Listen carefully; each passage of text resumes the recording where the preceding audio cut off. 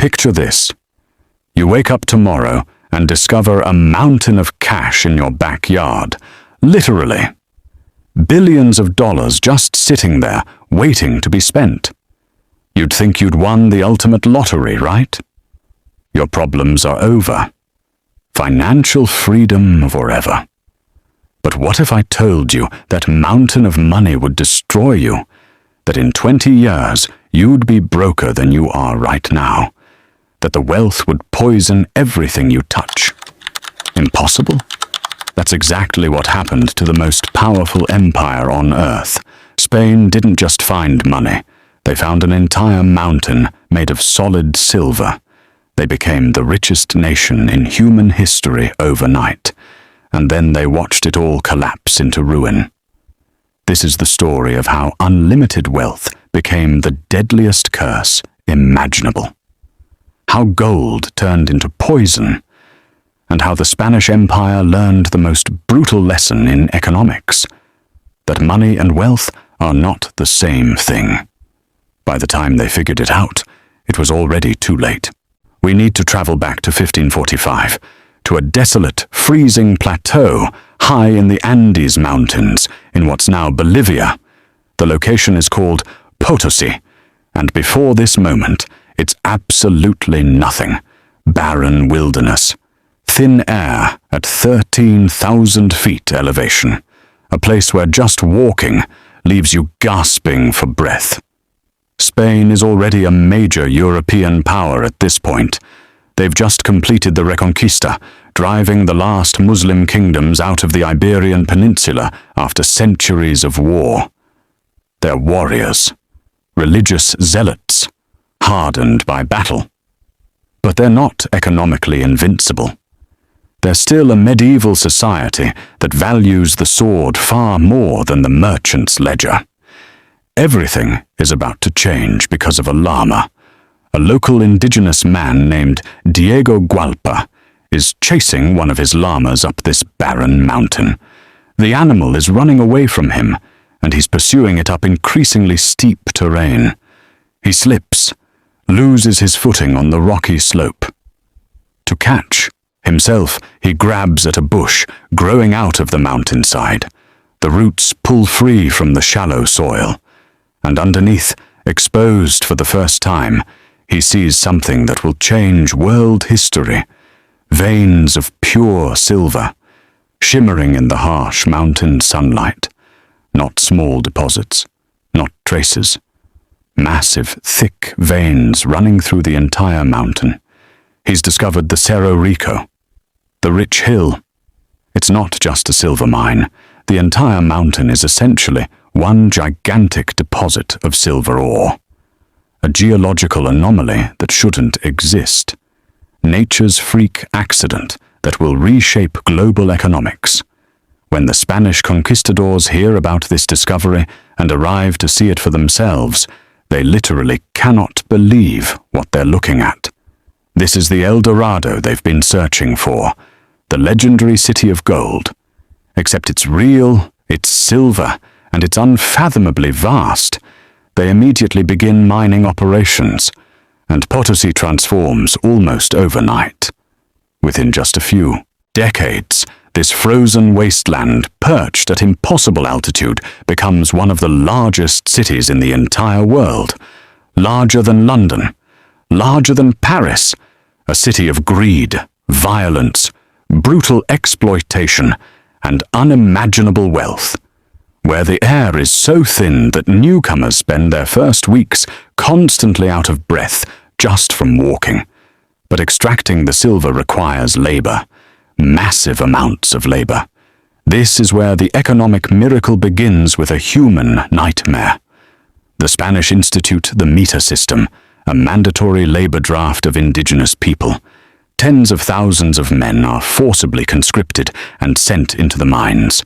They work week-long shifts in the dark, suffocating tunnels, not seeing sunlight for days at a time, carrying impossibly heavy sacks of ore up rickety wooden ladders in the dim light of oil lamps. The mortality rate is staggering. It's said that if you squeezed the silver coins minted from Potosí ore, blood would drip out. The mountain earns a nickname among the indigenous population, the mountain that eats men. But digging the ore out is only half the challenge. The ore is low-grade, mixed with rock. To extract pure silver, the Spanish employ a revolutionary new technology, the mercury amalgamation process. They crush the rock into powder, mix it with liquid mercury, and have workers trample the toxic mixture with their bare feet for hours. The mercury binds to the silver particles, allowing them to separate it from the worthless stone. It's a chemical breakthrough that allows Spain to extract silver at industrial scale, never before seen in human history. The output is absolutely staggering. Between 1550 and 1800, the mines of Mexico and Peru produce roughly 80% of the world's silver supply, and most of it flows directly to Spain. They melt it into bars and mint it into the most famous coin in history, the piece of 8, also known as the Spanish dollar. This becomes the first true global currency. The dollar of the Renaissance era. It's accepted in markets from Shanghai to Seville, from Boston to Bombay. Twice each year, the Flota de Indias, the treasure fleet, gathers in Havana harbor. These are massive convoys of armed galleons riding low in the water, weighted down by cargo worth billions in today's money. Hundreds of tons of silver bars and coins. When these fleets appear on the horizon off the Spanish coast, church bells ring across the entire country. The king breathes a sigh of relief. His bankers rub their hands together. The party can continue for another year. Spain becomes the undisputed superpower of Europe virtually overnight. They have the tercios, feared infantry formations that dominate every European battlefield. They build massive cathedrals adorned with gold leaf and precious stones. They control an empire spanning the globe. King Charles V and later his son, Philip II, see themselves as masters of the known world. They genuinely believe God has chosen Spain to lead humanity into a glorious future. But they're making a catastrophic mistake, a fundamental miscalculation that will destroy everything. They look at their enormous piles of silver and say, "We are rich." They don't understand that they're actually planting the seeds of their own annihilation. They're confusing money with wealth, and that confusion will kill them. Here's what they don't understand. Money is just a medium of exchange. Pieces of metal or paper, we agree, have value. It facilitates trade, but it's not actual wealth. Wealth is the capacity to produce things: food, clothing, tools, ships, buildings, technology. Spain has found infinite money, but they're about to stop producing wealth. The silver is acting like a narcotic. It provides a massive high, a feeling of invincibility and unlimited power. But deep inside the Spanish economy, the vital organs are beginning to shut down. Farmers are leaving their fields. Blacksmiths are putting down their hammers. Craftsmen are abandoning their workshops. Why work when the treasure ships keep arriving? The addiction has begun, and it's about to destroy an empire. Imagine you're a shoemaker in Seville in the year 1550. Seville is the gateway to the Americas, the boom town of the Western world. Ships arrive constantly from the New World. Suddenly, the treasure fleet docks. Sailors pour off the ships with pockets full of silver coins. Soldiers have money. Nobles have money. Everyone wants to buy shoes. So what do? You do what any rational business person does. You raise your prices. Now imagine this happening to every merchant, every landlord, every craftsman, everywhere, all at once. The baker raises bread prices. The landlord raises rent. The weaver charges more for cloth. This is what economic historians call the price revolution, the first major inflationary crisis in modern European history. As tons and tons of silver flood into Spain, the money supply skyrockets. But the actual supply of goods, the real number of shoes and loaves of bread, stays exactly the same. For centuries before this, prices in Europe had been remarkably stable. A loaf of bread cost roughly the same in 1500 as it did in 1400. But now, prices in Spain rise by 400% over just a few decades. In our modern economy, we're accustomed to 2 or 3% annual inflation. But in the medieval world, this is an absolute catastrophe. It shatters the social contract. The poor are crushed. Wages don't keep pace with prices. A Spanish peasant discovers that even though there's more silver in the country than ever before, he can actually afford less food than his grandfather could. Starvation returns to the countryside. Not because there's no food, but because the money itself is broken.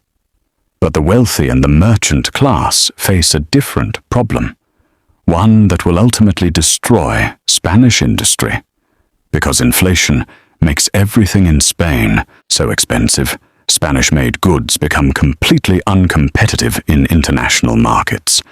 Let's return to our shoemaker. His shoes now cost 10 silver coins because he has to pay inflated prices for leather, thread, tools, and food.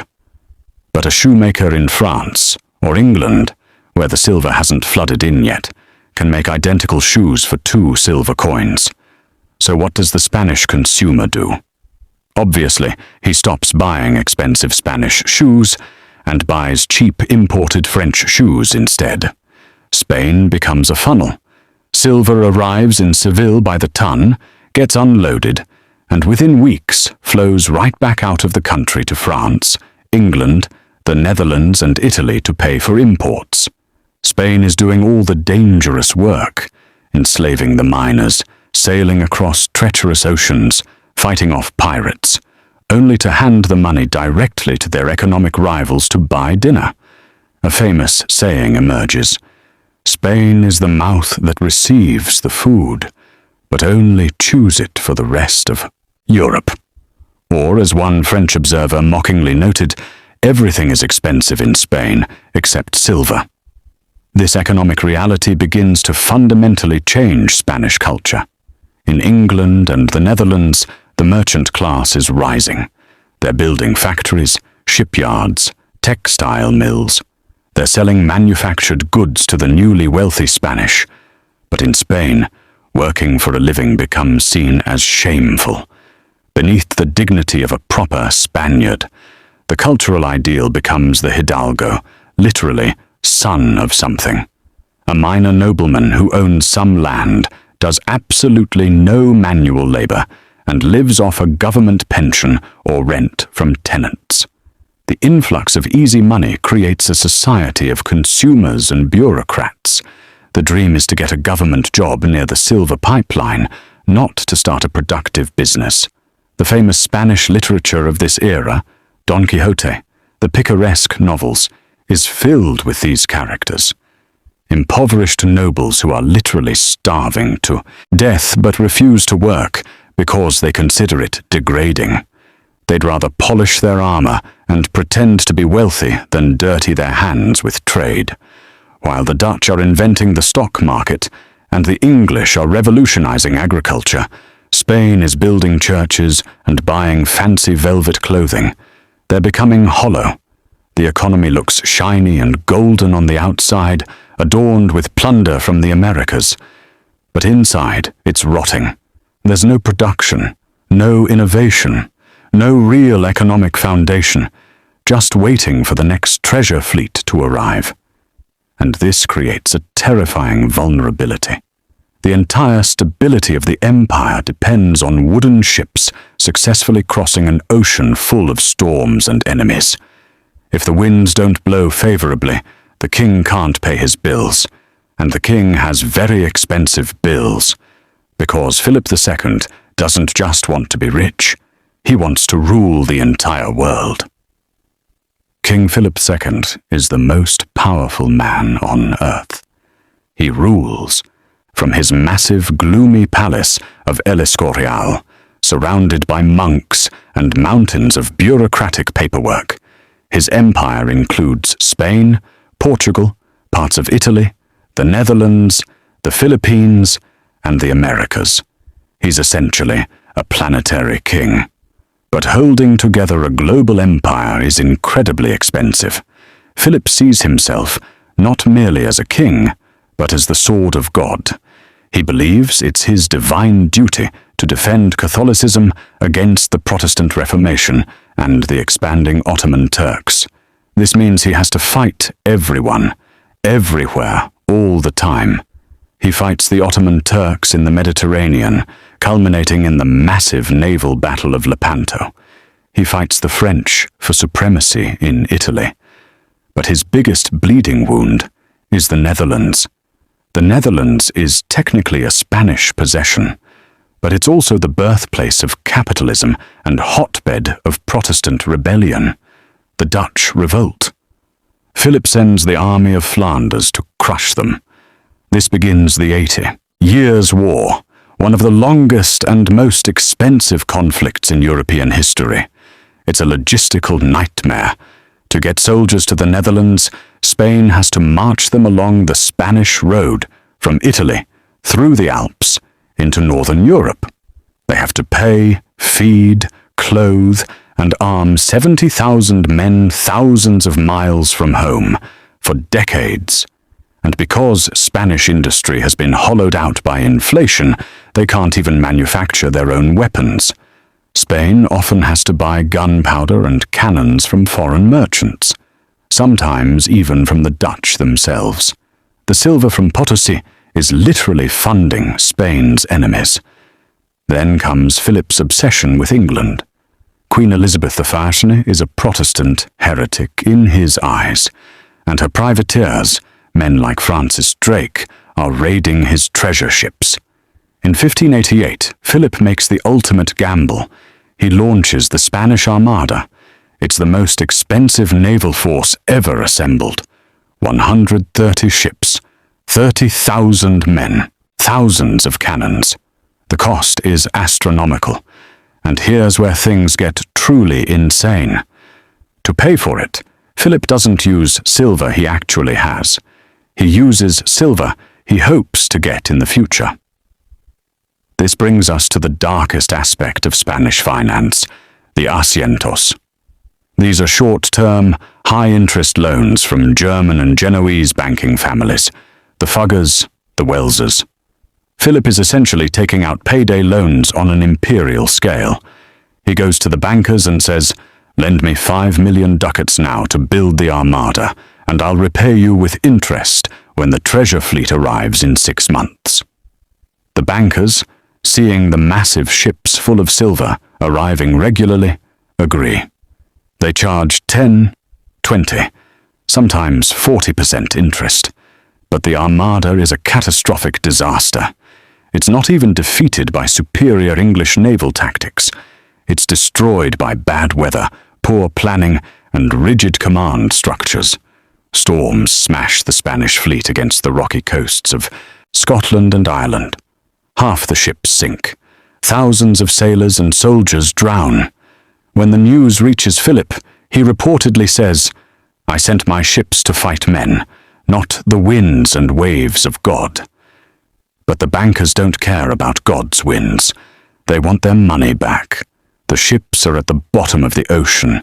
The cannons are rusting in salt water. The investment is completely gone.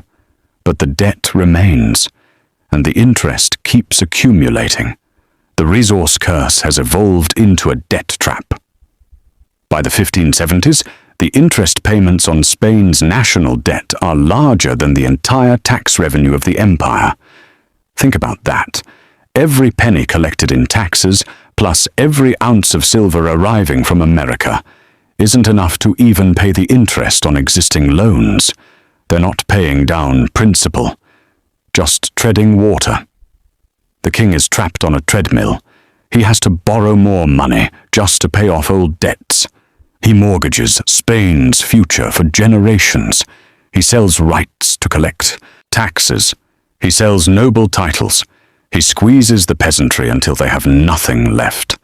The bankers in Genoa effectively own the Spanish Empire. Silver arrives in Seville and is immediately transferred to Italian bank ledgers.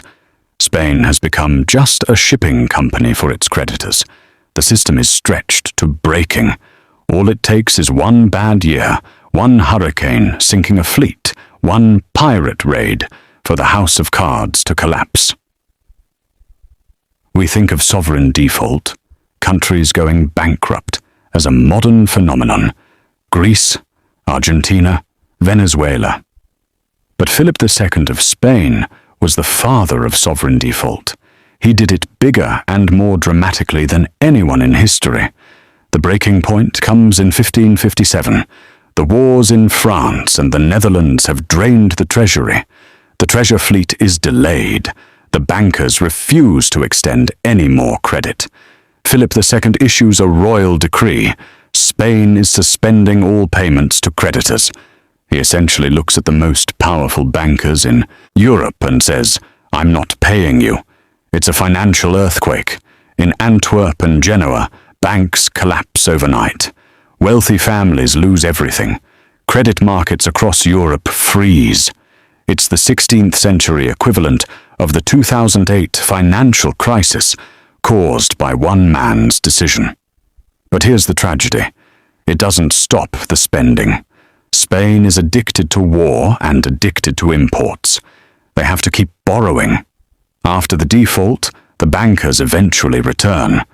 But now they charge even higher interest to account for the risk. The debt spiral accelerates. Spain defaults again in 1575, again in 1596, again in 1607, 1627, and 1647. It becomes a generational cycle. Borrow, spend, crash. Borrow, spend, crash. The impact on ordinary Spanish people is horrific. When the king can't pay soldiers, they mutiny. In 1576, unpaid Spanish troops sack Antwerp, their own city, burning it to the ground in an event called the Spanish Fury. This destruction of Northern Europe's financial center pushes the Dutch to fight even harder for independence. Back in Spain, the government tries a desperate measure. Since all the silver flows out to foreign bankers, there's no money left for domestic commerce. So the crown begins debasing the currency. They stop minting silver coins for ordinary people and start minting coins made of pure copper called vellon, junk money with no intrinsic value. The king mints billions of these copper coins and forces people to accept them at the value of silver. It's a hidden tax. The result is predictable.